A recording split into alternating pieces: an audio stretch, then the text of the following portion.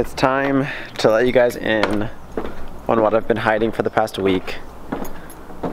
I'm really sad, and I'll tell you guys why right now. So the car is still here and hasn't moved since the last video that I made, and I'll explain everything right now.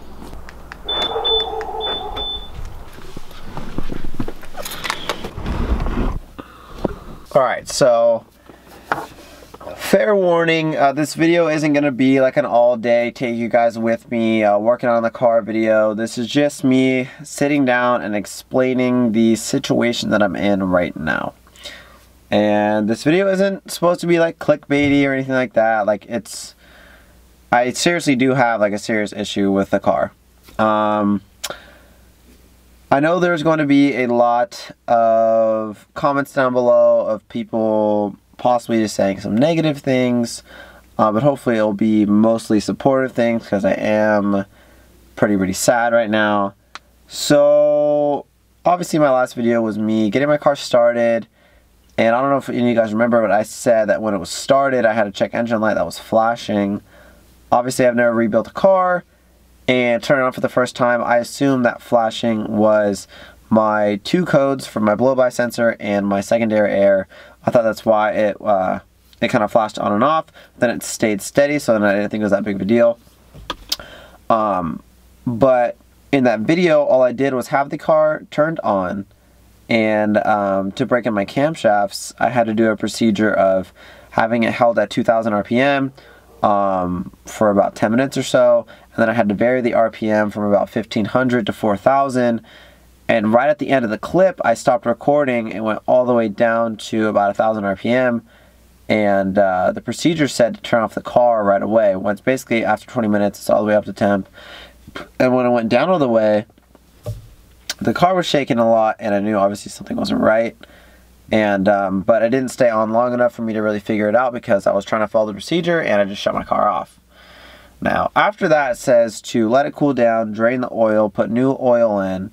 And this is all what I've been doing. So now that was the last video you guys saw. Now the basic update is I finished out that procedure. I drained all the oil, checked the oil. No real metal shavings in my oil. Everything looked good. There wasn't like a smell of like coolant in the oil. Everything seemed good. I had absolutely no leaks.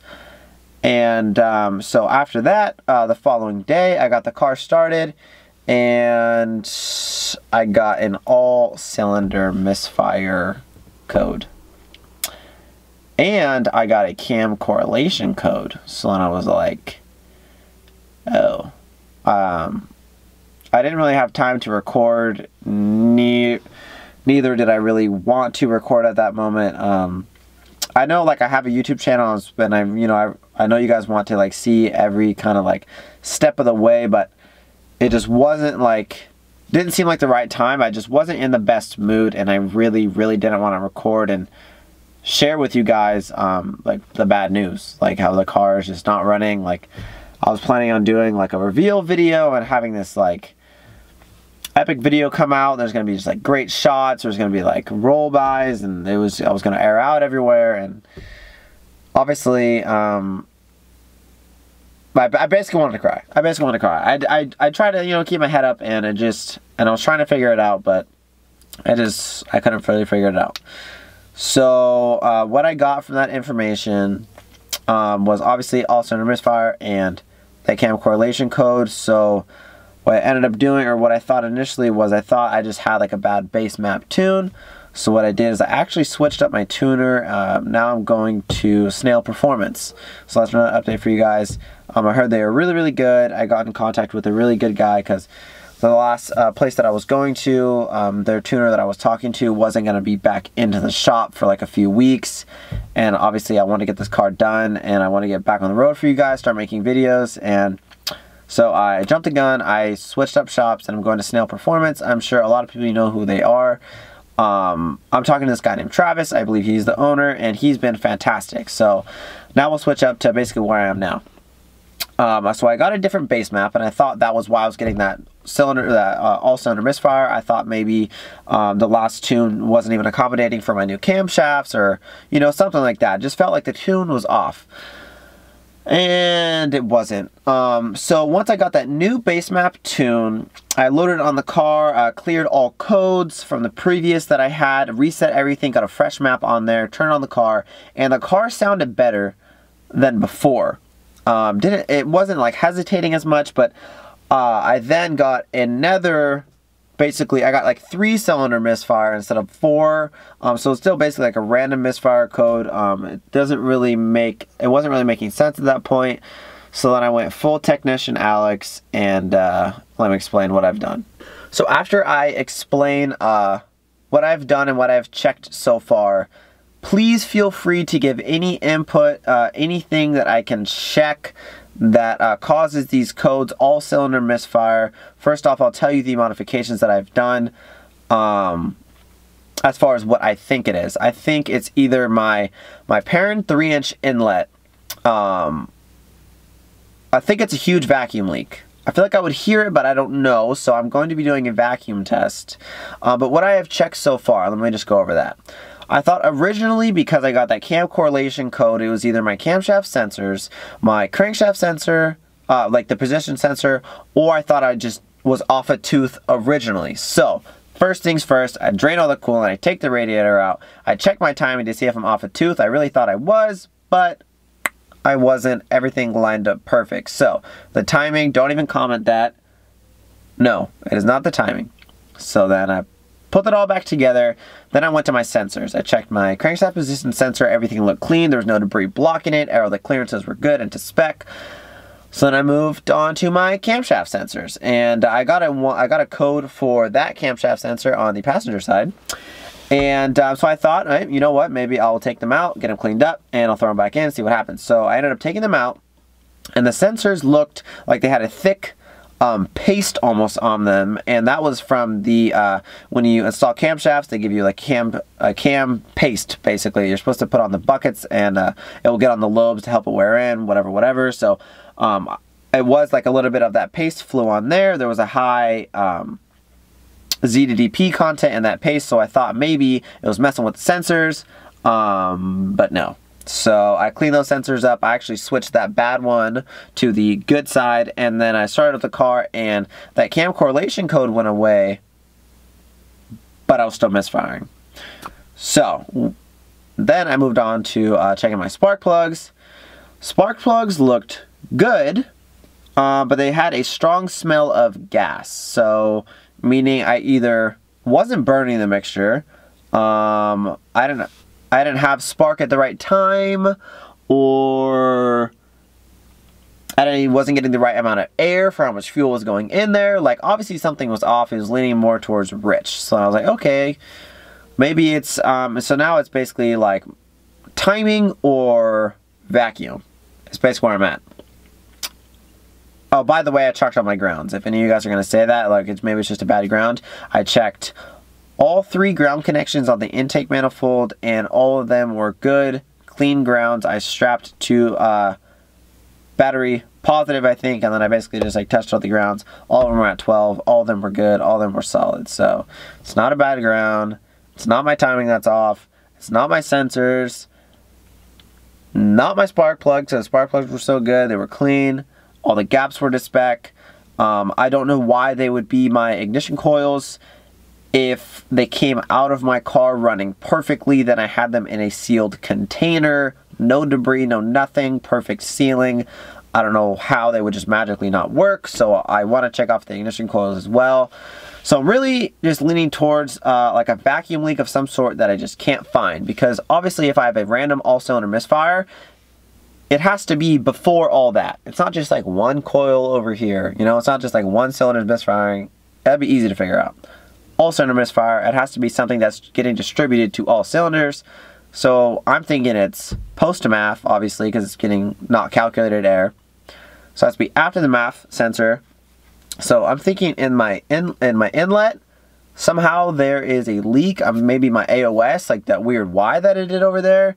I'm even thinking about taking out my air oil separator and routing it like stock, like get rid of my AOS so I can reroute all the vacuum lines how they are normally.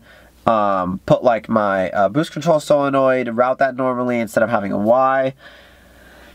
I don't know. And there's also another vacuum line, I believe, that goes underneath the throttle body that maybe there could be a leak there. I don't know if anyone has gotten a leak there from putting in an AOS. Or, I don't know. I sent off my data logs to the tuner. He looked over them and all of them looked good as far as that. But he's basically saying it's really just looking like a vacuum leak because, again, I was misfiring at idle. And also the RPM was going down, down, down. Then it would rise up and it would go down, down, down. It would raise up and eventually it would just die. So, yeah. That's basically that. I don't know if I explained it very well, but I hope you guys basically get the gist of where I'm at. And today was especially sad because I wanted to take my car to Cars and Coffee with all my friends, and I really thought that I was going to get it figured out on Friday night. Today's Saturday, and I didn't. This video is probably depressing you guys. I really didn't want to make it. I just wanted to not even tell you guys that this was happening. But I thought you guys support me too much to not know kind of like everything that's going on. So this video is for you guys to, just keep you guys in the loop of what's going on and why I haven't posted in a few days. Because I've literally nonstop been trying to figure it out. And I'm not saying I'm giving up. But in my mindset right now, it's really frustrating how much time and effort has been put into this, and I can't drive it. So what am I gonna do from here? I was just kind of joking around saying that if it is something like super major, I did consider for a little bit last night and the last couple days.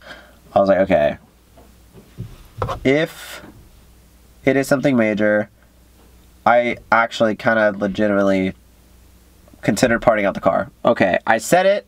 I had to get it off my chest.